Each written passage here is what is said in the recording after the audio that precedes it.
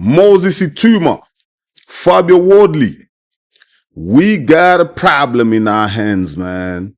We got a problem because these two stablemates, they are potentially on a collusion course.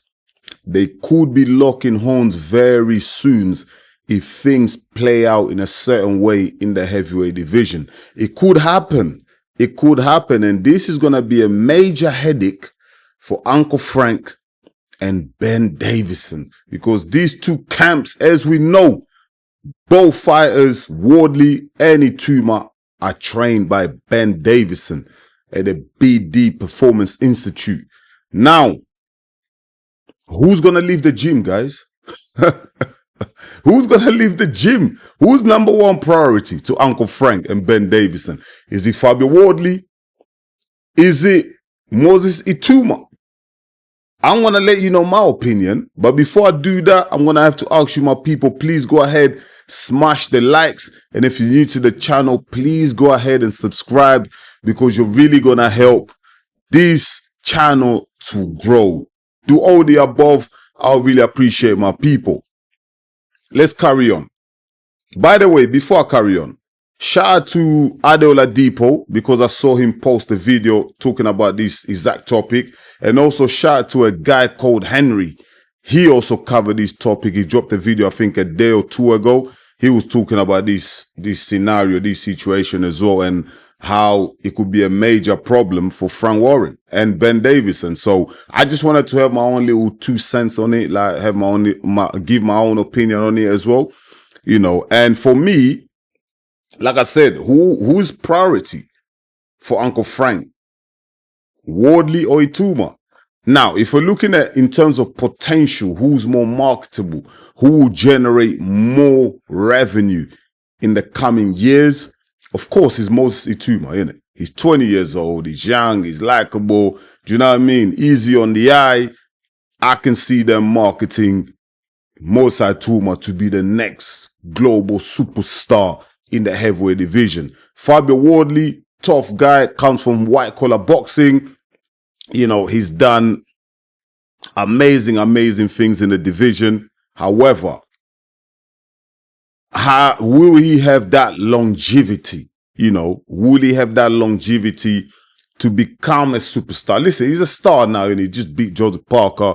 But can he be a superstar in the heavyweight division? Has he got that personality? Some might say yes, but for me, maybe not.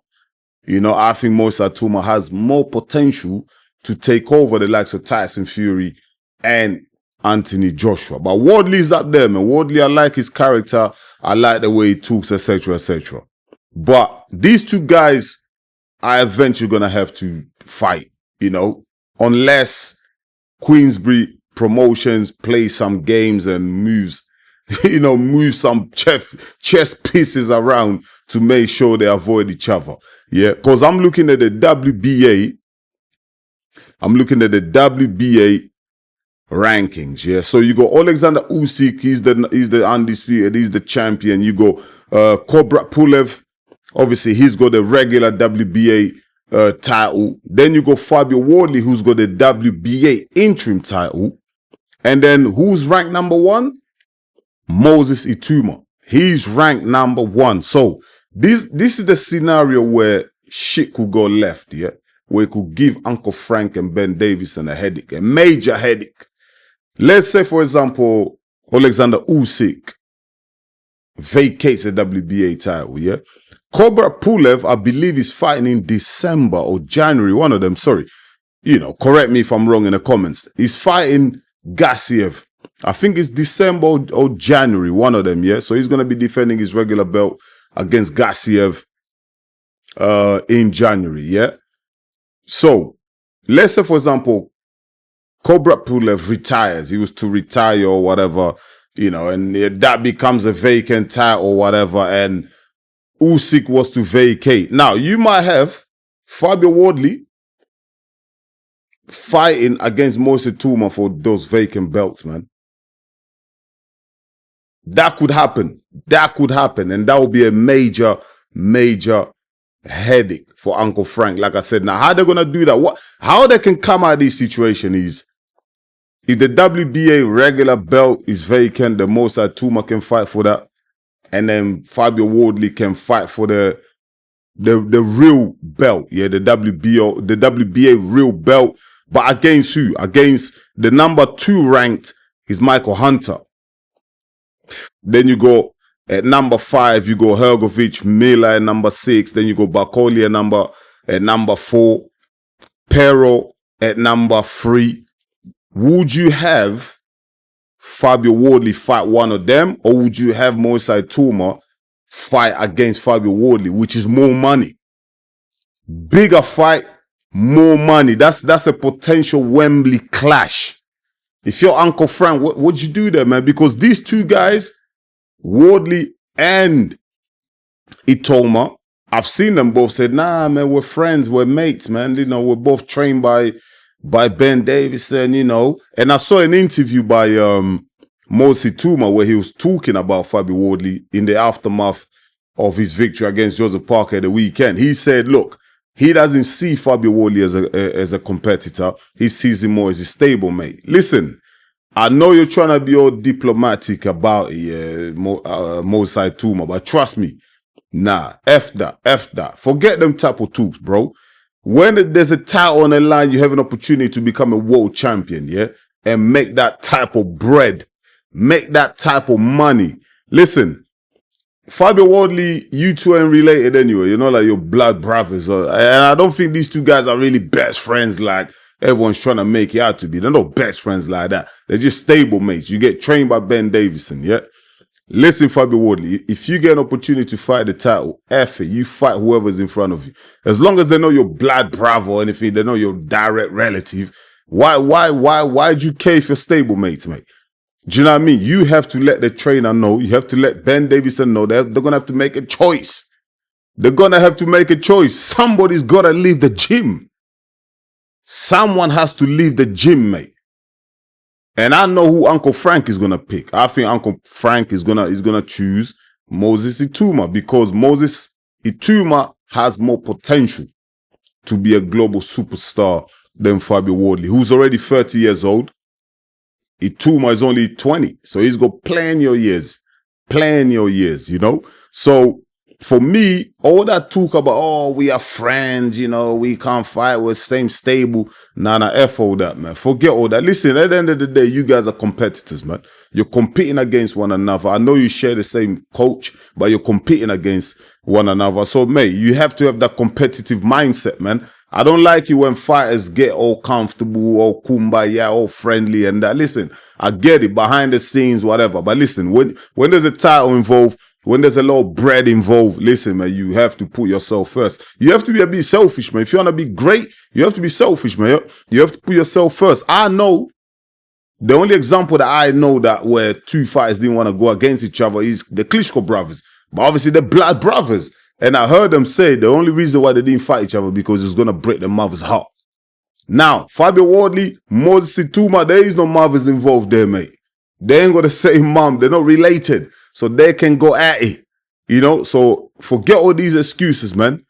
Forget all these excuses. I understand it's going to be a headache for Ben Davison because he won't want to lose one of those talents because obviously having, I mean, some of the fights that he's got in there, don't forget, he's got AJ in there.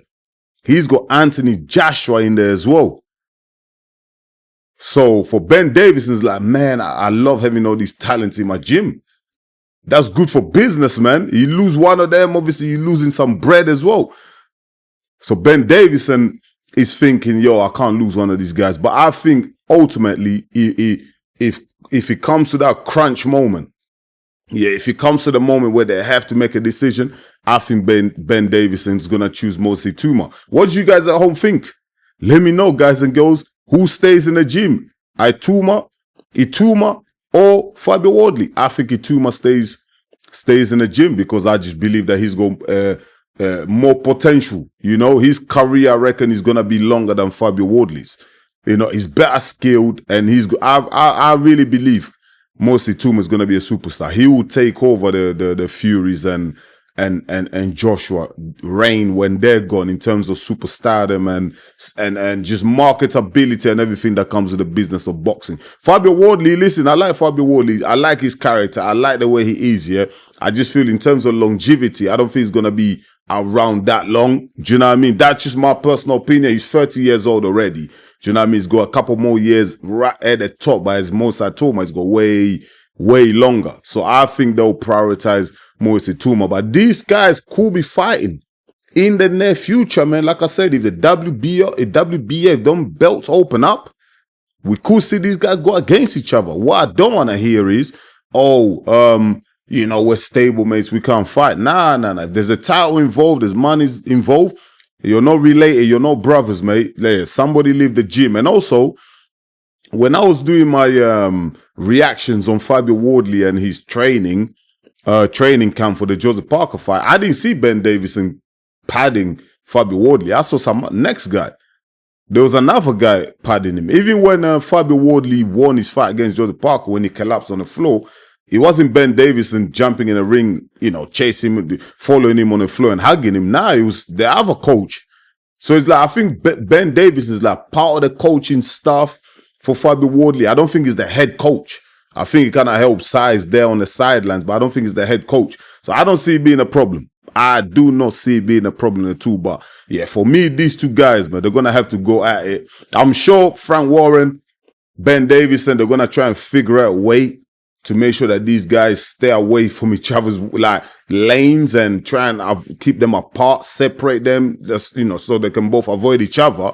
But if things play out the way they are at the moment, and Usyk was to vacate the WBA title, which he might do, then yeah, we got a problem, man. Roger, we got a problem. So that might happen. There might be a problem. For me personally, my personal opinion, let them fight, bro.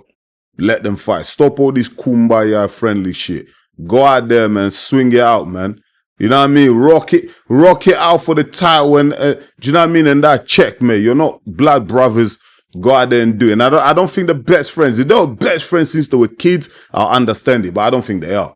So yeah, man. Save all that shit, man. But guys and girls, let me know in the comments what your opinions are, man. Let me know, man. Would these two guys, should they fight each other if it comes to crunch time? If things open up in the heavy division, should they fight each other? Or do you think like, yo, they're stable mates, same coach, you know, they shouldn't fight each other. You know, they're friends. Avoid each other. Nah, not for me. But let me know your thoughts in the comments, my people. I'll really appreciate it. Once again, thank you so much for watching EMGM Sports. It's me, your boy Enzo, the realest in the game. I'll be back real soon with another one. Until then, stay blessed, my people. Peace.